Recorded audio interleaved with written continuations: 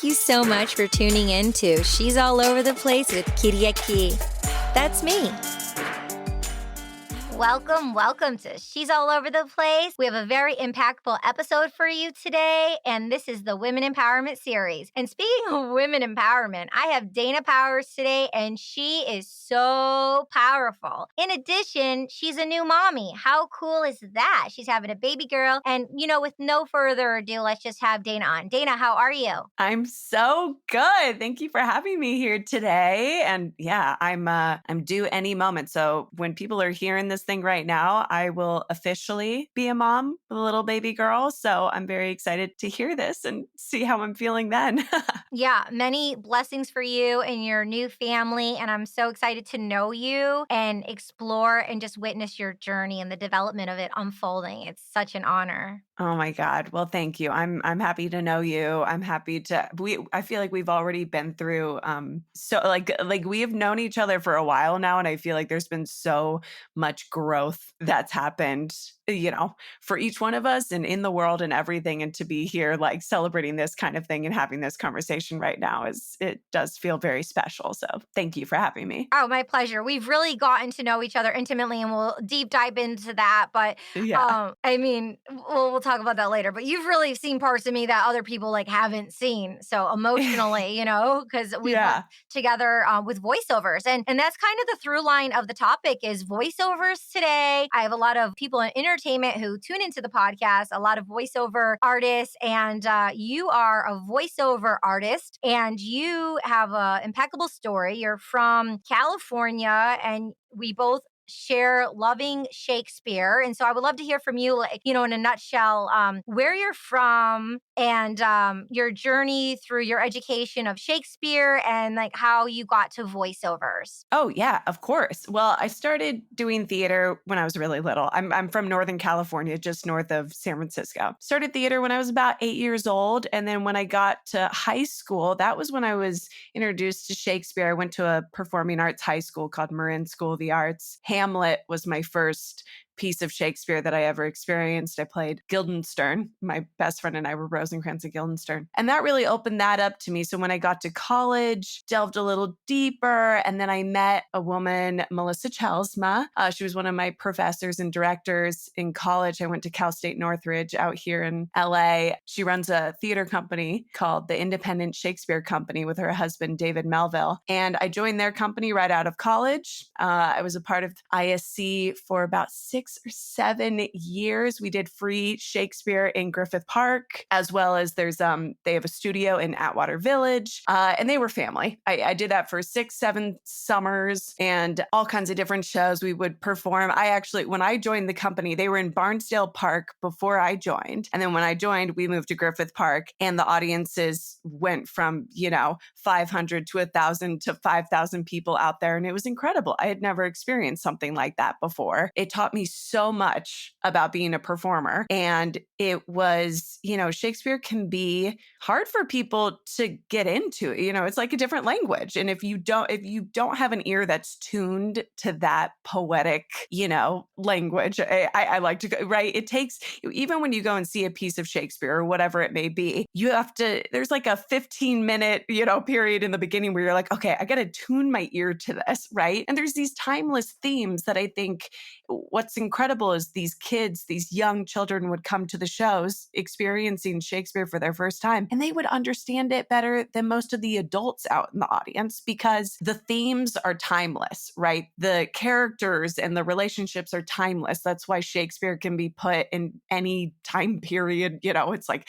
Hamlet in space or whatever it is, because it's not stuck in any one era. These are these themes of jealousy and love and betrayal and whatever it is. It's something that can exist forever. And these children would run up to us, at intermission or after the show or whatever it was, and they would understand it on this deep level that I was always fascinated by. And I think it's credited to the company I was a part of. We sort of knocked down that fourth wall, which is what I really enjoyed about being with ISC, is we would allow the audience to see us and be with us and interact with us. And even when we were on stage, we would engage with them and we would would stage the scenes sometimes from the audience and we would bring them up on stage. And, that's how Shakespeare's meant to be. I've done Shakespeare with other companies out here and, around. I won't name them all, but some of them were more strict than others. And I just don't think that that's how Shakespeare's meant to be. It was like, you're not allowed to be seen, unless you're on stage. And being with ISC, one of the most incredible things about them was they wanted the stage to reflect Los Angeles, which is such a diverse city. And that's what we tried to do with our cast and to make it as accessible to people as possible. So anyway, that's kind of my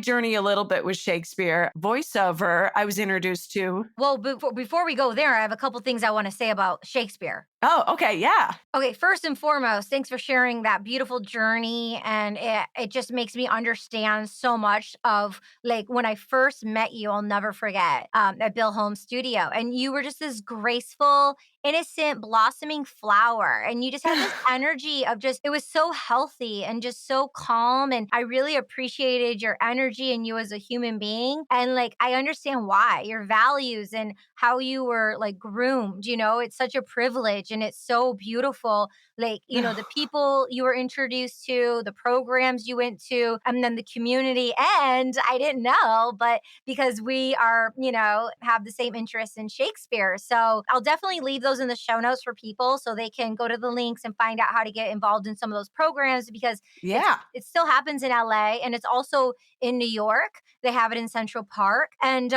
the other thing is like the first time I saw Hamlet was at Stratford upon Avon. Oh, wow. Yeah. And so I saw Romeo and Juliet there. Oh. I mean, that's like an experience. Woo. That and going to the Globe. Yeah.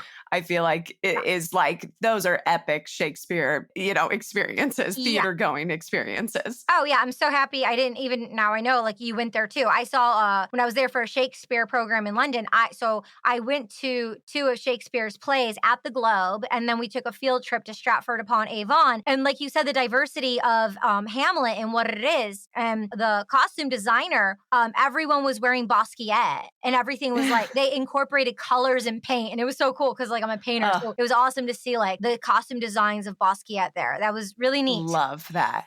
Yeah. And then the other thing that comes up is, you're a person in our community and in your nest of who's the lead of Carcerem, the series, that we'll talk about. Hearing his journey and program, well, I'll put it in the show notes too, so people can listen to that episode on She's All Over the Place. Shane was on season 3. His background also, when he went to school, he was into the theater and got involved in tech. And so like you have that bond and it's so cool to hear people's journeys and stories and then how people are connected, like, so you have that same palette of the theater and language and the respect of discipline in the community of working together and you have a goal, but like you're learning and you're growing and you're there for like the passion and love of the curiosity in the play. Like you said, it's not just like about like the end result of how it's supposed to be, but being in it for like the right intentions. And so I really hope the person tuning in connects those dots, how I'm connecting the dots right now. 100%. I think did you do theater? Do you come from a theater background?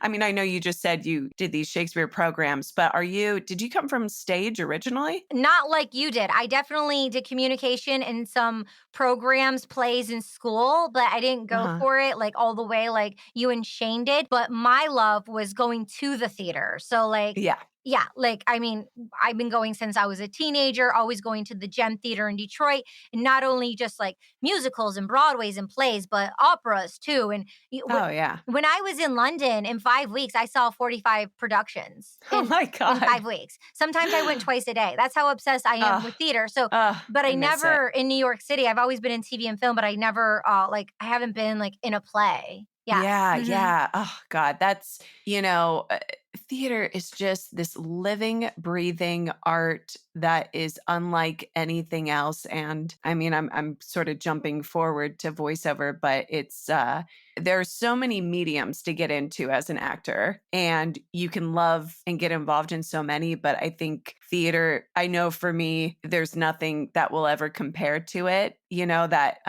I've never done stand up or anything like that, but that connection between you and an audience, and then and the connection that the audience is having with each other, all these people from different walks of life having this shared experience. And, I know you're really into energy and everything as well. We talk about that kind of stuff, the energy in the room when you're telling a story and how different it can be night to night and how that affects you, and to tell the same story every night and yet it feels so different. And when you meet other people who have experienced that and they have that shared love, like Shane and I, like you were saying, and we'll get to Carcerem and we'll, elaborate on that. So many of us are theater people, and in the recording of Carcerem, we certainly, used that training, that background, that love, that passion in our process of how we would approach these episodes and everything. So yeah. Beautiful. And I want the listener to tune in because some people didn't have the brushstrokes or the experience or the privilege of being in theater, of being educated at, Mhm. a university or a part of these communities. So they feel like they're missing out or underprivileged or it's too late. So it's not too No. late, especially with everything available now. You can attune, hack, and get involved now. And also it's just a brushstroke of someone else's experience. We all have our own experiences and we identify in different ways. So Oh yeah. it's not like, oh, this person had this. Because when I was younger, getting involved into Hollywood, I thought, oh, because I didn't go to NYU or I didn't like go to school for acting and get a degree, that these people who went to Columbia or they went to like NYU, they were like upper hand. And like all those people, they don't have the skill sets and the brains and the talent and the drive that I have. Oh And I've yeah. gone off to do many more things than they have. And they're like, how do I get involved? Like I went to school for 4 years and I can't get involved. So it doesn't matter. Like if you have the experience, it's just your experience. But if you didn't, it's not like you're less than or you missed out on something. Just we have to appreciate who we are and what we were given as gifts and acknowledge those things and utilize those and put them into our work. Oh yeah. And to piggyback on that same kind of thought, I went to Cal State Northridge,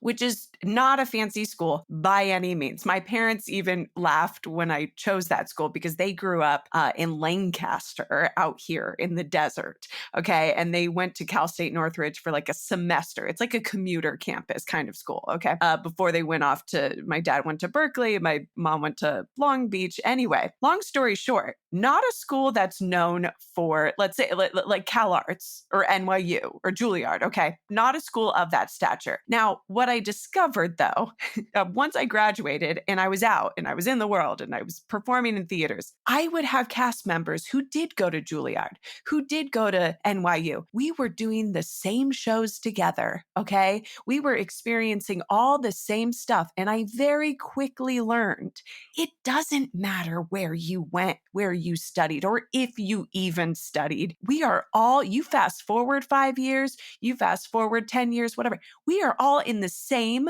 place because it's what you said. It's what you're born with. It's what you're passionate about. The path that you took to get to that point, it evens out. It's what you take from it. And for me, I didn't go to the fanciest school, but oh my God, did I meet the best people. I met these people who brought me into their Shakespeare company. I was introduced to voiceover at Cal State Northridge as well. So my entire career is thanks to the people that I met there, let alone, and my best friends and my this and that. It is really just like if there are any young artists, or even if you're not young, whatever it is, wherever you are at your point in this journey, if you're just now deciding you want to get into this and you're 65 years old, doesn't matter. It is so not about the name of the school, the name of the program, the name of the this and that. It's what you take from it. It's how you apply yourself and how committed you are and how much you love it. That's what's going to move you forward in this career. Speaking of moving, I was like literally vulnerable and moved to tears when you were welling up when you were saying that because, I felt very insecure and less than. And although I had a lot of privilege in life and gifts, it's they call it FOMO now, the fear of missing out, or, the imposter syndrome. Imposter syndrome. Yep. Perfectionist thing. So I'm really glad we were able to like connect dots and demystify that for the person tuning in. Like you said, it doesn't matter what age you are, 65. It doesn't matter what you look like in voiceovers. Like, and you can be anywhere in the world. After the world blew up in 2020, it really opened up for a lot of different voiceover actors and theater people pivoting to voiceovers and podcasters starting their podcasts. And now there's so many podcasts, projects and us as voiceovers voiceover actors, we're auditioning for more audio dramas and things for podcasting. But before we go there, let's pivot. Okay, so Shakespeare, and then you Mhm. were going to say you got into the voiceover. Yep. So, the nature of going to school out here in LA, regardless of, whatever that school is that you are kind of in the middle of it, right? So I went to school in the Valley. We had I think it was my senior year, right before I was going to graduate. We had, what was her name? She's a Nickelodeon casting director. Sarah, not Sarah, Sarah Noggins. Oh my God, I Nickelodeon just, casting director. Wait, Sarah Jane Sherman used to be the head of casting at Disney, but it's Sarah. she's at Disney. There, she just popped up. This person, it'll come to me because she just popped up in an audition I had, and I was like, "Hey, full circle, there she is." Meredith Lane. Oh, Meredith okay, Lane. different. Okay, she came to CSUN to teach a voiceover workshop on animation, and then Kathy Kalmanson Love came and did a her. workshop for commercials. Now, there are so many voice actors out there who have the same story of like, oh yeah, ever since I was a little kid, I love doing impressions. I love doing voices. I dreamed of being a cartoon. That was not me. I didn't do that.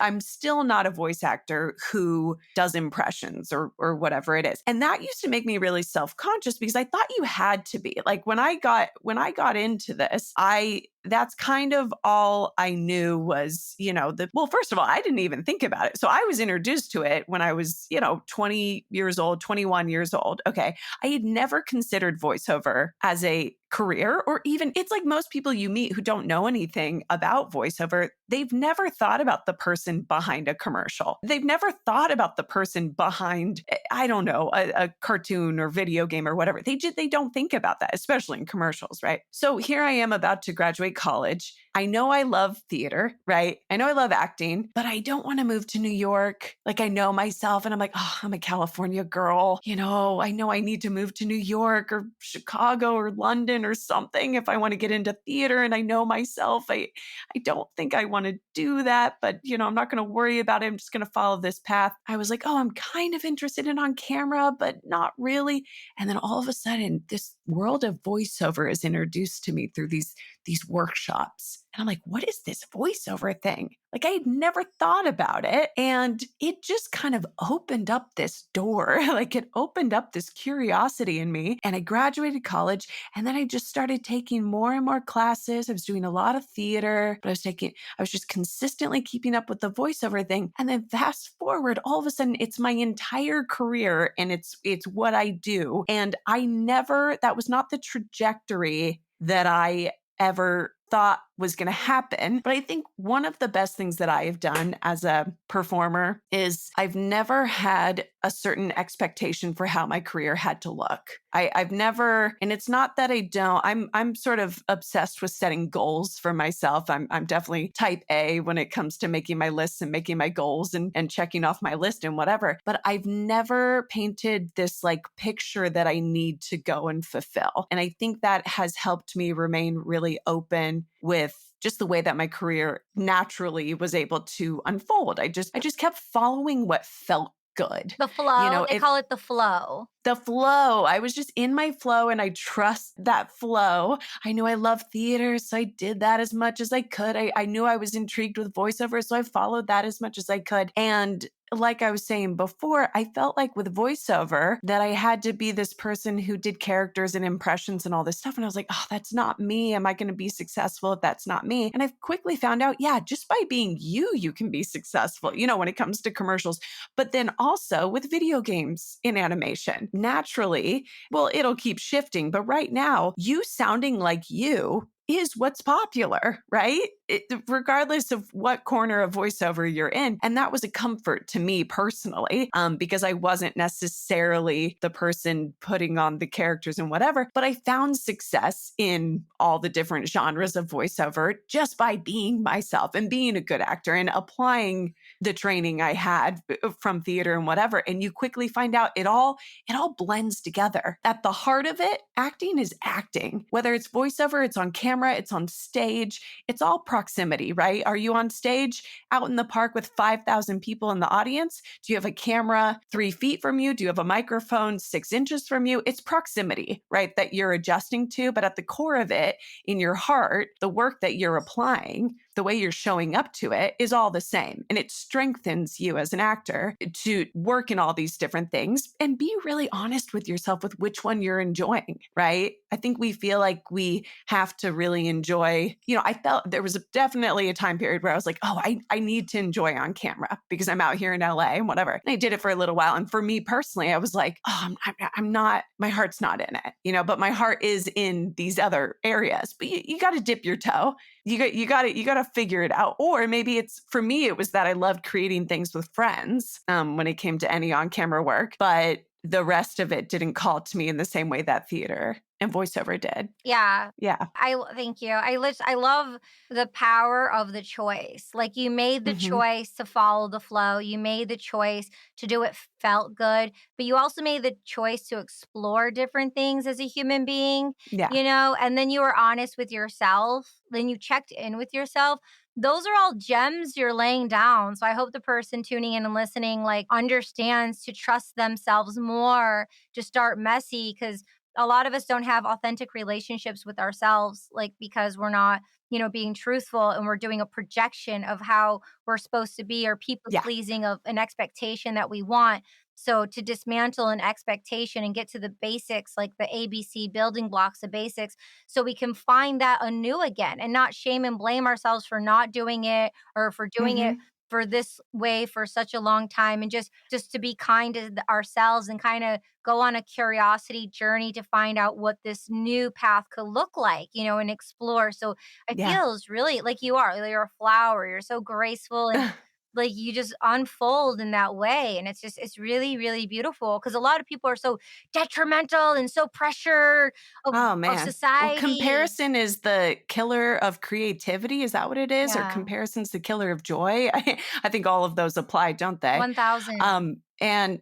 the flow that you're talking about is so important for people to get in tune with in life and in so many different areas, whether it's career or romance or whatever it is. Knowing when something's flowing and trusting that is huge. And I think a lot of us don't slow down and acknowledge it. We're so busy comparing ourselves to what we're seeing out there in this sort of social media world that, and you got to give yourself the grace of figuring it out and everything. I've enjoyed getting older because I feel like with every year, I'm more in touch with what's authentic for myself and not just me testing the waters and comparing myself and seeing other people do things and thinking I need to do them that way. It's like with every year, I've been like, wait, no, this is my flow. This is more natural for me. I thought maybe that was what I wanted, but this is what I want. And I, in my opinion, that comes with every year. So I have friends who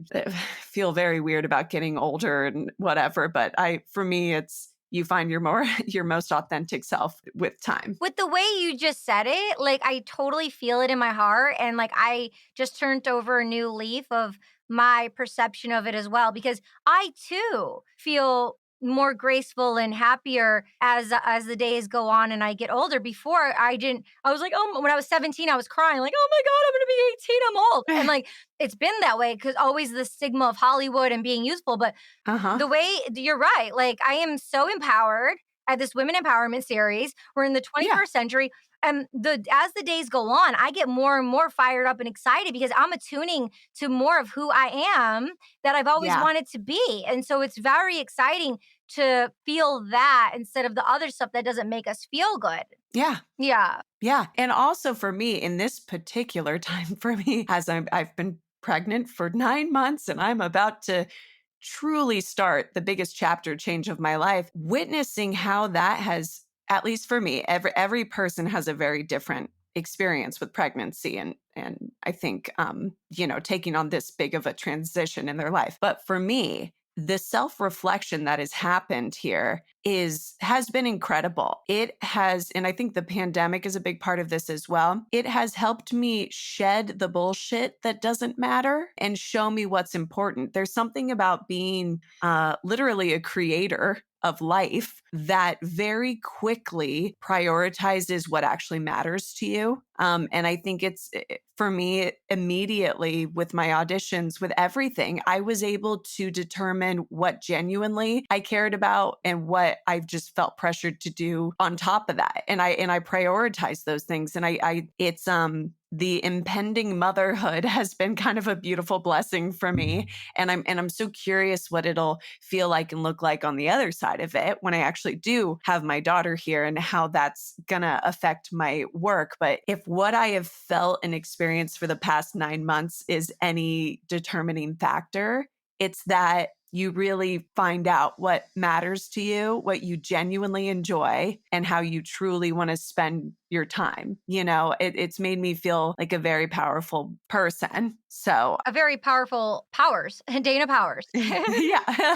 Oh, okay. So like literally I need to get going. I'm up next. Like I definitely want to have a child. And I can't imagine like, oh my God, like what if I would have started a few years ago, like having a child. And then the cool thing is when I watch my sister, when I see my sister with her kids, for you, when you're with your baby, like, you can watch the Disney shows and the shows and it's like stuff you audition for. And then like my 13-year-old niece, when she's doing anime and video games, like we audition for that stuff all the time. Yeah. And you're a coach. You're a video game director coach. Not only you're a voiceover artist, you and wanting to get into voiceover, and the projects you go out for, now you're also a coach in Hollywood, in the entertainment industry, where you're coaching me and you're coaching actors and directing Mhm. actors, directing them Mhm. like video games and projects. So, and then when you're like, a mom, you can be watching this with your daughter and your near Oh, future yeah. children and be doing this with them. So it grows with you and aligns in a very All authentic way. connected. I think that's so cool. I know. I do too. I think this industry, well, society in general, makes you really.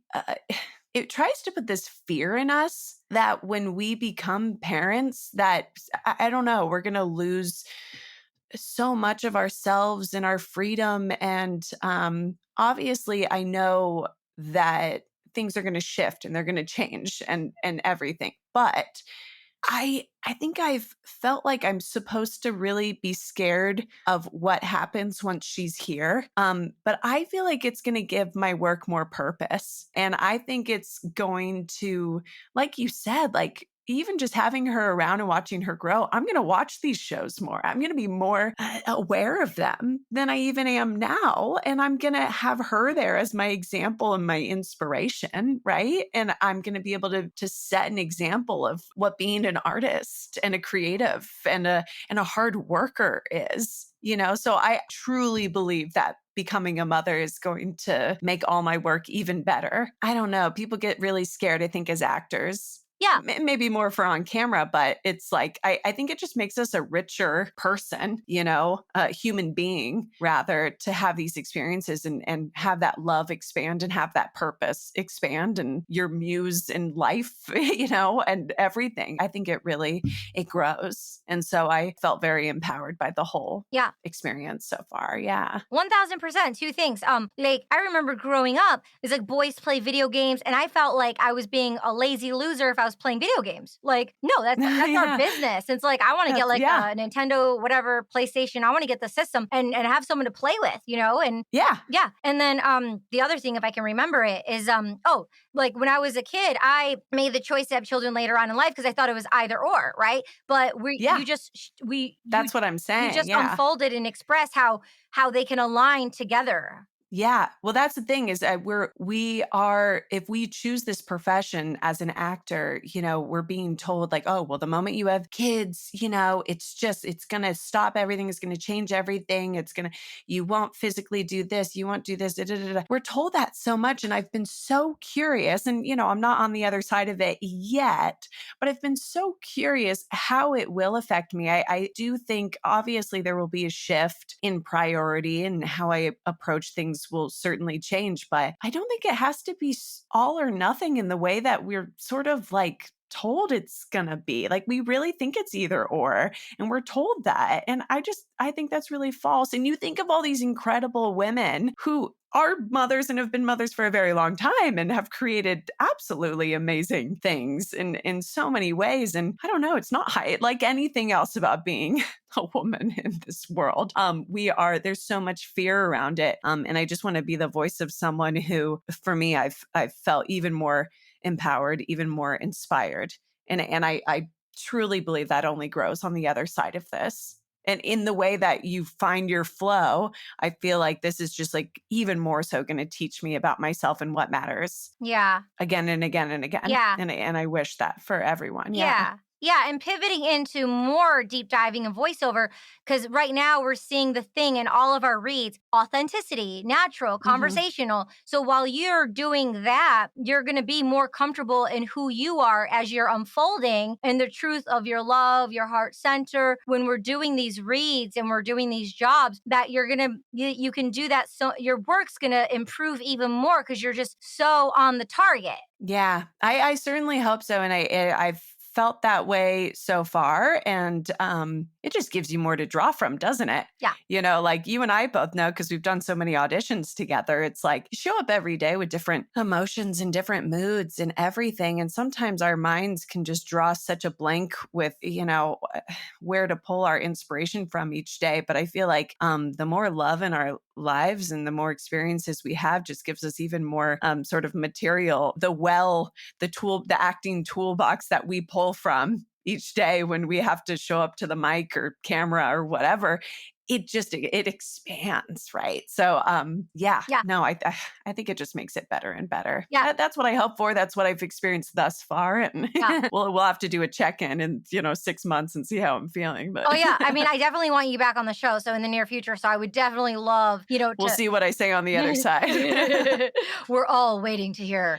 But speaking of love, we love Bill Holmes, and that's how we know each other. So I think we Yes. met in 2014 or 2015. So it's almost a Mhm. decade that Oh my we God, that's met, crazy. that we've Yeah. known each other. And, gratefully, you've been, hand in hand with Bill Holmes. And that's how we know each other. And that's how we've been able to work together too in voiceover as a community. And I feel like you support and hold space for me on multidimensional levels with my craft and my work. And I trust you, and the team trusts me. And so with Bill Holmes and Shane Salk and birthed Carcerem the series. And now it has over 100,000 downloads, streaming Whoop, everywhere. whoop. What and you play the lead character. So let's go in and talk about Carcerem the series. Oh my God, yes. I feel so lucky to be a part of this series with the guys. Shane, I'm sure he talked on his episode all about his love of radio plays and audio, dramas and everything like this. He created this story I feel so fortunate to be a part of. And, I wasn't as close as I am with Bill and Shane. We're family. We're with each other every day. We run a business together. I was not just given this role. They actually cast someone else in this leading role originally. And when they got to the point of bringing her in, it just didn't feel like the right fit. And so they had me read on the role. So I don't know if some people out there, obviously creating things with your friends, sometimes you do naturally just like you fall into a role because you know each other and you're writing and you have people in mind. Like Shane. Shane plays the character of Kevin. Kevin is Shane.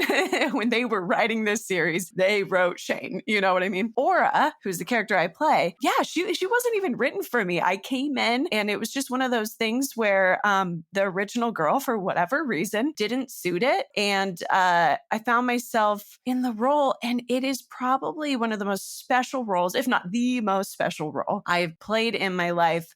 And I'm sure you can relate to this when you're first cast in something and you haven't really discovered who they are yet. I came in with this concept of what she needed to be like. And then over time, I meshed who I am with her naturally. And this idea of, oh, she's got to be tough and she's a fighter and this and that. For me, you can be tough, you can be a fighter, you can do all these things, but also be a very soft, emotional person as well. Tough doesn't have to mean like your typical stereotype of tough hero. And I love Aura because everything she does is from the heart. She believes in the good of people and community. And to record this series at such a historical time in our life, we started recording this right as COVID hit. And to watch what was happening in the world as we recorded the series, it just felt like a reflection of outside the studio every day when we would come in.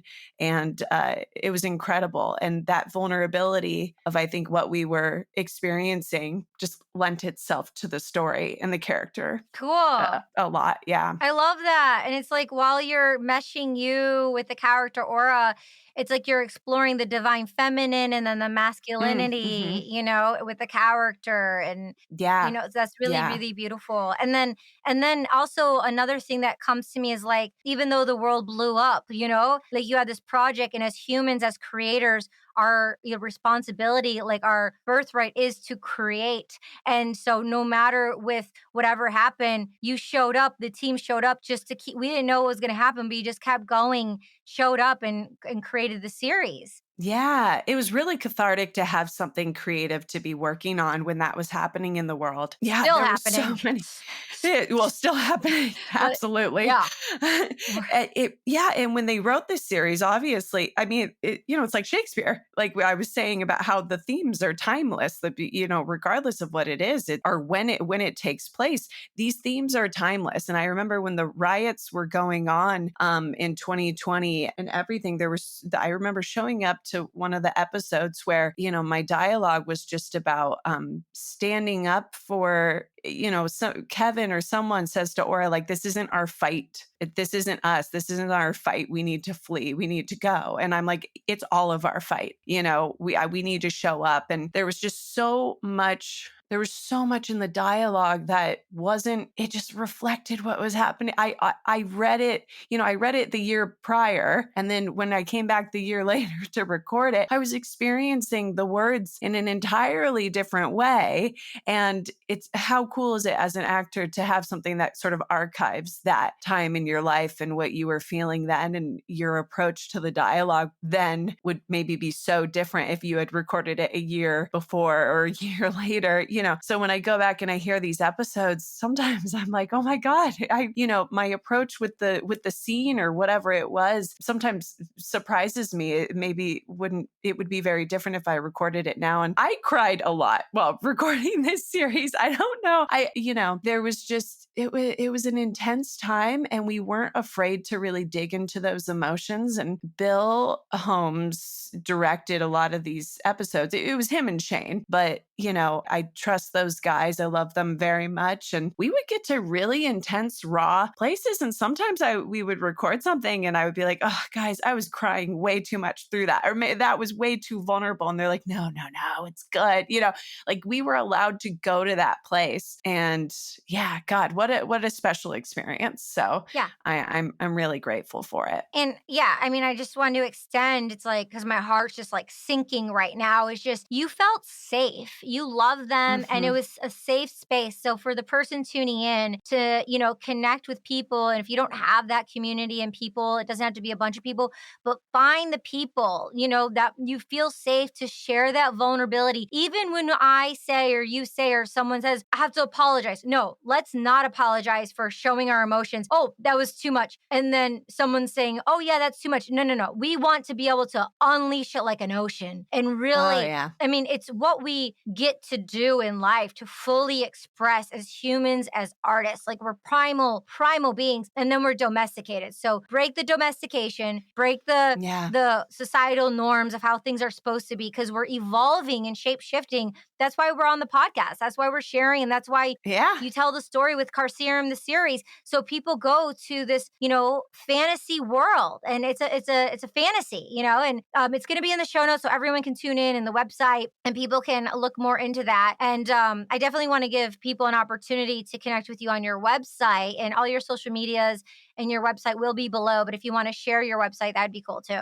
Yeah. My personal website is danapowers.com, and you can find my voiceover stuff, my contact info on there. I teach, I coach. You can contact me there, or you can even email me directly, danapowersvo@gmail.com. My social media is Dana Simone Powers. Yeah, I love connecting with people, whether it's, through this podcast, whether I work with you as a director, as a fellow castmate, a fellow artist in this world. If you're curious about voiceover, don't hesitate to get in contact with me. I could talk about this stuff for hours. And if you please go and download and subscribe to Carcerem, the series, it was so interesting how many audio series popped up in this pandemic. When Shane was creating Carcerem, he had already created We're Alive and a couple of different shows. And then the pandemic happened, things shut down, and live action shows were all of a sudden being turned into, podcast series or audio series and whatever. And there was just sort of this like flood of sort of oversaturated market of audio series. And I just want to say, Carcerem, one of the things that sets Carcerem apart is how immersive it is. And that with the writing, there was a whole team of writers, but Shane felt really strongly about not spelling things out for the listener. He really wants you, very rarely is someone, their looks or anything like that described to you, right? Everybody, the picture, the movie that's playing out in your head when you're listening looks very different for everyone. Every now and then they might describe a certain monster or maybe a setting, but unlike other audio series that I think there was a red door and they walked through it, and then, Aura came through and her blonde hair blew in the wind. I mean, there's none of that. And so because of that, it's sort of much like Shakespeare. And I said, you have to tune your ear to the poetic language of Shakespeare when you go and you sit down and you see a show. Carcerem is the same way. You start listening and you go, oh my God, okay, wait, hold on. They're not spelling this out for me. I really need to lay back and just see what my own imagination is coming up with here. And I think that's really exciting. It's a film for your ears, by all means. It's and go on that walk, go on that hike, go on that long drive, lay in the bath, whatever you need to do to just lose yourself in this story. And sometimes it takes that second listen to be like, oh my God, I'm picking up on these, the sound design and everything is just like, there's so many little Easter eggs in there that you don't realize are there. Oh. And it's for an intelligent audience. They didn't want to feel like they had to spell anything out for people. We trust that the people listening are painting their pictures. And it's an amazing exercise in your own imagination to paint the picture of the world of Carcerem. Yeah, 1000%. I mean, I remember one of my favorite things I was telling Shane is like when you were walking with the horse and the horse was cackling and you could hear like the crisp, clear cackling of the, what are they called? The hooves. The hooves. And then the opening, it was very distinctive because I listened to like 9 in a row when I first tuned in, and it was all black and I had my eyes closed and I was visualizing it, but the character was in his room and then he heard the person outside and the audio and the attunement that you're saying about like the audio is like you were hearing it from the narrator's perspective of how he was hearing it kind of muffled because he was listening through the other side of the door. And but we don't have to describe Godric walked through the door over to here, and that we trust that people are going to listen and they're going to get that without spelling it out. And I think that really sets itself apart because a lot of other series don't trust that their audience is sort of smart enough to do that. And Shane took a really beautiful approach with this series. Yeah, very cool. So Carcerem, the series, definitely check it out. It's streaming everywhere. We'll have everything in the show notes. And as Dana mentioned, she's a coach. She's a great coach. She's been my coach for over a year. And, all the best people, Susan Batson is my acting coach, and Nicole Kidman, that's her acting coach. And Nicole Kidman's never had a personal, gone to acting classes. Just she had, Susan Batson. And I know Aaron Spicer, he'll be on set with Will Smith and J-Lo and coaching them. them, like all the best talent, like Dana, I'm sure she has a coach. Like we all get coached, like even, to get out of our head, to get a different perspective, to get a different, lay of the land of what's going on. So Dana is a great coach. Definitely tune in, follow her on her journey through her social medias. It'll be in the show notes, and empower her. And she wants to empower you. And congratulations on everything in your journey thus far. I'm so privileged and happy to be a part of your journey and watch you blossom. And I'm excited for you and motherhood and, collaborating on near future projects. So I'm really, really happy. Thank you so much for tuning in Oh my God. and being on I She's feel the All Over the same. Place. Yeah, totally. Thank you. Thank you. Thank you for having me. I feel so privileged to know you as well and to be connected in this creative space. So thank you. Yeah, my pleasure. My pleasure. Cool. And so officially, I would love to, I said it a couple times, but I would love to have you back in the near future on She's All Over the Place. Yes. Yes. Yes. Yes. Yes. Yes. Cool. And then what's going on with season 2? Oh, season 2 is in the works. I wasn't part of the writing meetings on season 1, but they let me come and sit around on one of their writers' weekends for season 2. And there is so much. I was sitting there and I was just keeping quiet. I was just in the background, but they kept discussing things and my jaw would just hit the floor and Bill would just look at me and laugh because I'm like, what is happening? And I was like, should I be allowed to hear any of this? So anyway, there's going to be lots revealed, I should say, in season 2, a lot of seeds planted, but there's a lot ahead. It's going to be very exciting. It's in the Ooh. works and I can't wait to get back in there and continue this story and this journey with everyone. So stay tuned. Carcerem is very bingeable. So I do recommend binging the first season and just being ready for season 2 when it happens. Okay, we're going to just leave it there. Wow. Okay, cool. All right, tune in next week to She's All Over the Place. You just heard a deep, insightful conversation with Dana Powers and myself, and I really appreciate you being here. We're here to add value for you. Mwah. Bye, everybody. Thank you. Thank you so much for joining us. We'll see you next time. Katie over and out.